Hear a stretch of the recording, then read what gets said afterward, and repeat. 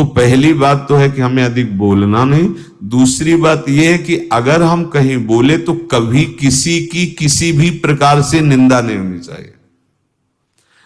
दर्शन करने गए वो तो ठीक ही था, लेकिन बगल में जो हमने देखा भाई, हमको तो मतलब अब शुरू गए थे अपने पाप मोचन करके भगवत विग्रह के दर्शन करने, और अगल बगल के दृश्यों को देखकर निंदा कर डाली, सब खो डाला। बहुत संभल के, बहुत सब। और ये दोष तुम्हें समझ में नहीं आते कि हमसे दोष हो रहे हैं और आप कर बैठते हैं।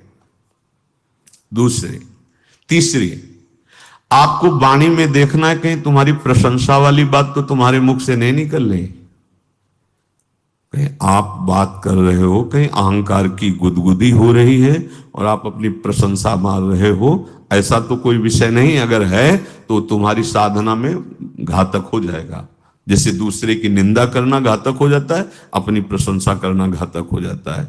चौथी, देखो वाणी में कहीं किसी का अहित तो नहीं निकल रहा कि तुम किसी को ऐसी प्रेरणा दे रहे हो कि दूसरे का अमंगल और अहित हो जाए।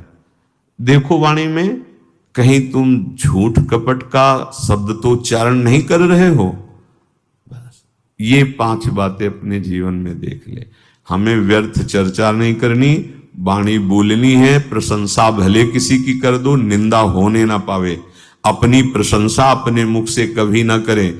दूसरे का किसी भी तरह से अहित करने वाली षड्यंत्र वाली वाणी ना बोले। कभी झूठ का आश्रय न ले, व्यर्थ चर्चा ना करें।